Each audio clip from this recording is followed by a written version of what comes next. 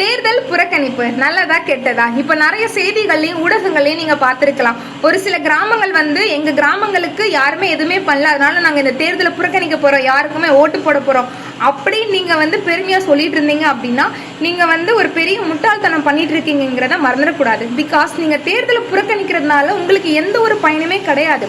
நீங்க அந்த இடத்துக்கு யார் வரணும்னு முடிவு பண்ணி ஒரு கிராம மக்களை நீங்க எல்லாரும் ஒன்று சேர்ந்து தேர்தலை புறக்கணிக்கிற நீங்க ஒரு ஆளை தேர்ந்தெடுத்து அந்த ஆள் அந்த கிராமத்துக்கு எதுவுமே பண்ணலைங்கும் போது ஏன் கேள்வி கேட்க மாட்டேங்கிறீங்க?